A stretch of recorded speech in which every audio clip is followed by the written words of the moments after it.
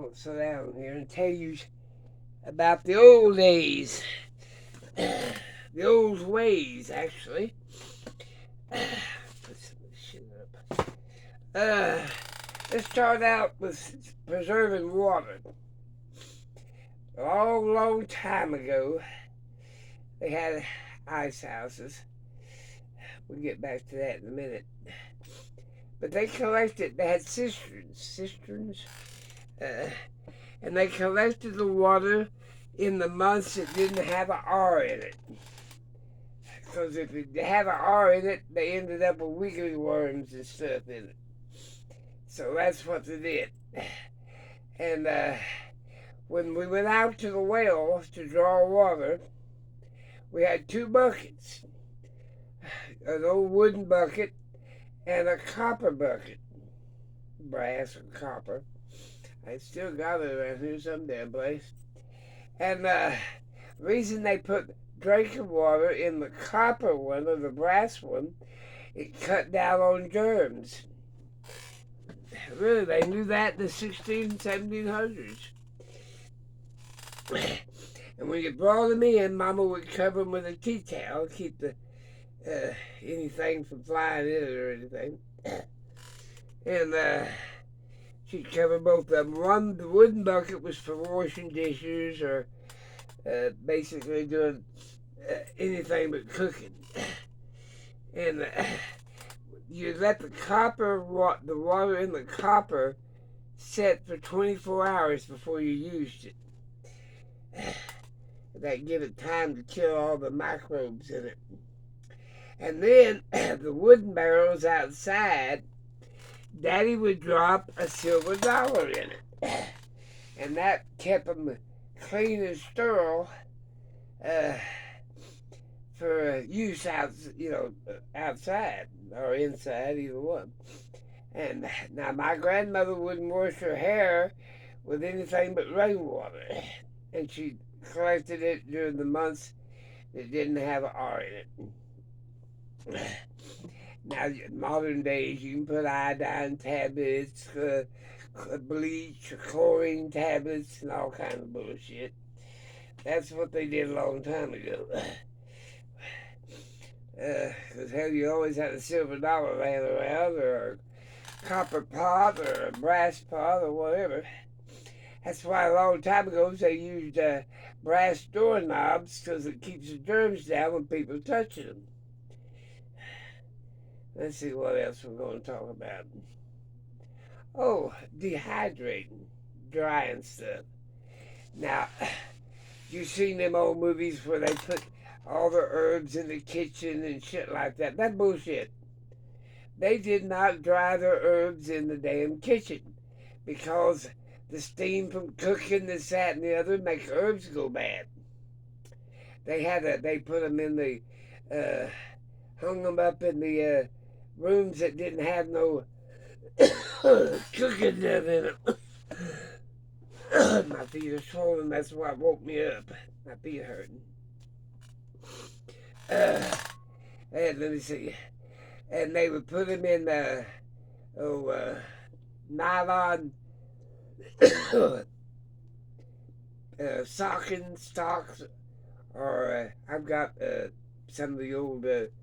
I bought one of them newer ones. Where is it? Yeah, it's up there somewhere. I think it's up there. Dehydrator. Now, if you go to dehydrate now and use the old methods, you need to put it on a porch that had a wood stove or something with dry heat. Don't use propane. Or natural gas, they draw moisture. And they hung the roots up and the tassels down. They covered it with a nylon bag. Hell, when the nylon stockings, they use them when they get wore out. And then, let's see. Oh, now when you pick fruit or vegetables or anything like that, you have the fruits or vegetables that grow above the ground. you paint them in the likeness of the sun, of the moon. In other words, a new moon, first and second quarter. Now, root things like potatoes, carrots, anything that grows below the ground, you pick them in the darkness of the moon. Now, that's what they did. And now, Grandma, when she'd go, we had a vegetable stand out by the road. When she went and visited somebody else's vegetable stand, she would ask him, well, was it kissed by the morning dew? Or kissed by the manna from heaven? And what she was asking, did they pick that while the morning dew was still on them? And you stopped picking it around 11 o'clock. Like, say, berries and anything like that. And she wouldn't buy it if they picked it in that evening or whatever. No. It had to be picked in the early morning, stopped off at 11. Now, if you're going to dehydrate something like apricots, this, that, and the other, they picked it from noon on because they're going to dry it. And they wanted all the morning dew off of them. But if they're going to can it like blackberries or boysenberries or strawberries or anything like that, mainly berries, they would want that picked by noon, about 11 o'clock actually. And then a lot of fruit stands back in the day had a wooden barrel buried in the ground. And they would put, they didn't sell everything that day. They would put it down that barrel. It had to be 6 to 9 inches below the ground. You stop putting stuff about 6 to 9 inches in that barrel before it got to the top. And then you sell it the next day. And then you had to tell them it was held over, especially the old people. And how'd you hold it over? They'd ask all kinds of questions before they bought one damn thing. But like I said, the old ways are still around. When they run out of lids, let me see. When they run out of lids for your fruit jars, they would take egg white and paper, especially on your jellies and jams. You'd either use beeswax or paraffin. Oh, I got some here in some damn place. But anyway, and if you didn't have that, you just use egg white beat up, dip your paper in it and spread it over the top of the jar, like the top of the jar, and let it harden. As long as that paper wasn't broke, it lasts for years, just like it had a lid. What else? Yeah, if you miss these old ways, you can't find this shit in books. They don't have it. I'm going to leave this for my great-grandkids. They might have to use some of this stuff. Oh, they had... My mother was an herbalist. And Daddy was a semi-rancher farmer, I guess is what you call it. And Grandma, she knew the old ways. She was born before the Civil War. You couldn't stump her very damn long. She knew how to make it.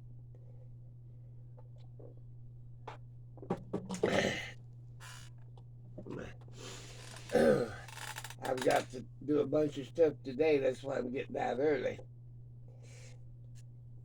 I'm going to shake this for today. I got to decant some wine off today. Pineapple wine.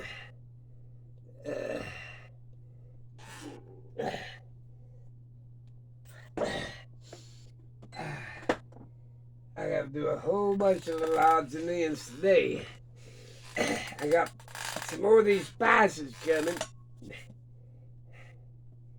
Onion powder, onion bits, garlic powder. I've got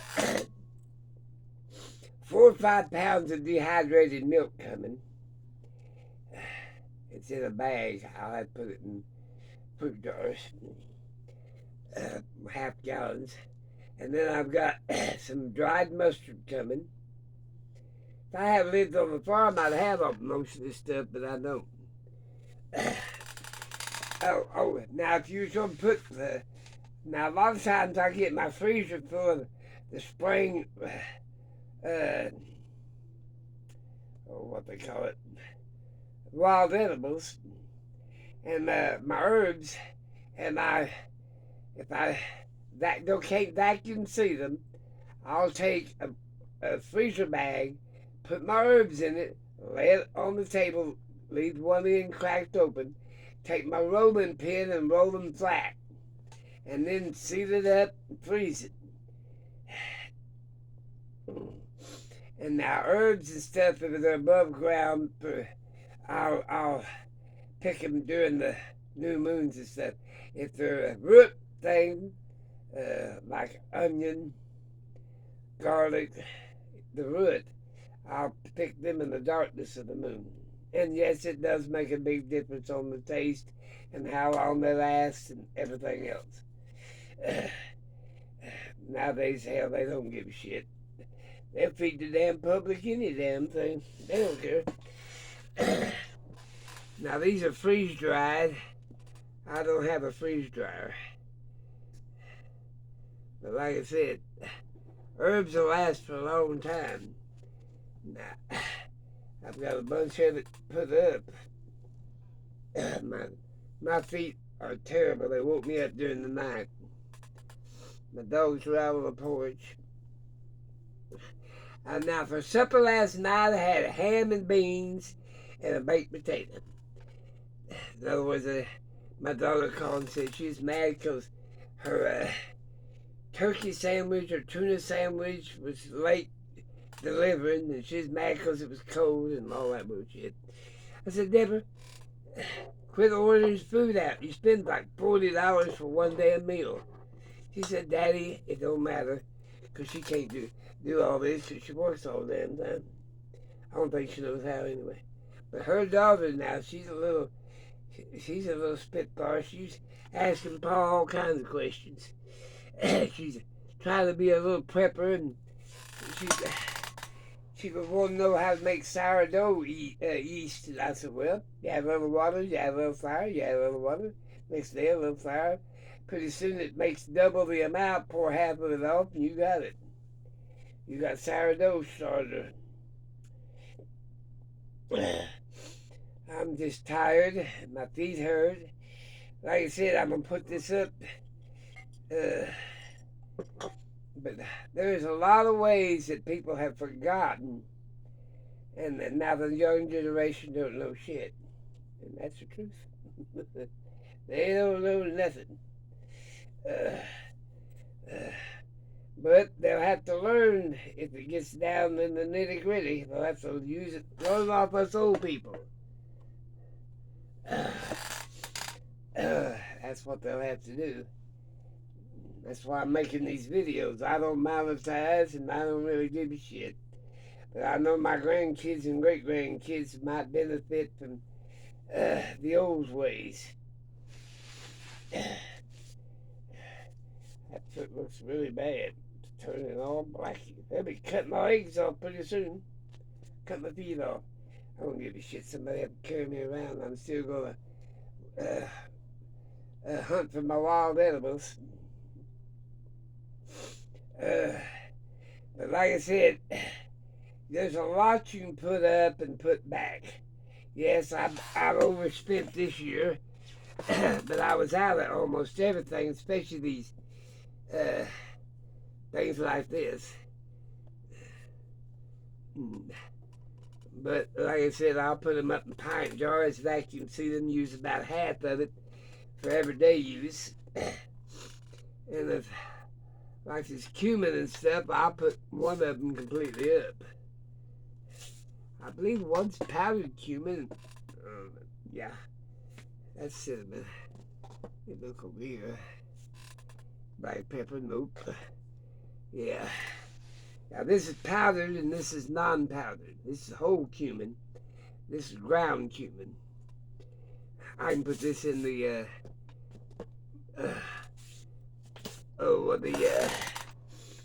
coffee grinder and make the powder out of it. Actually, if you leave stuff whole like this, Then powder as you need it. It'll last for you a lot longer than just turn it into powder right away. But like I said, I've been busy. Probably be busy the day I die. I've got a bunch of stuff I need to get done. My raisin vinegar is doing pretty good. I need to start me some raisin wine. Sake. Make me some sake. Rice wine. I can do that too. Make me some sake. I cook with a lot of wine. That's what I usually do. But everybody's got their own deal. It's a grape wine, or mixed grapes is what it is.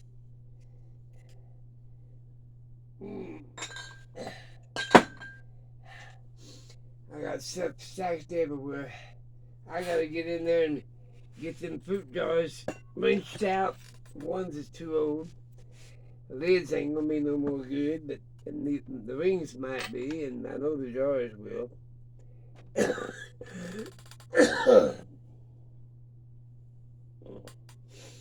I got my own mortar and pestle over here. Solid granite. Solid marble, one the other.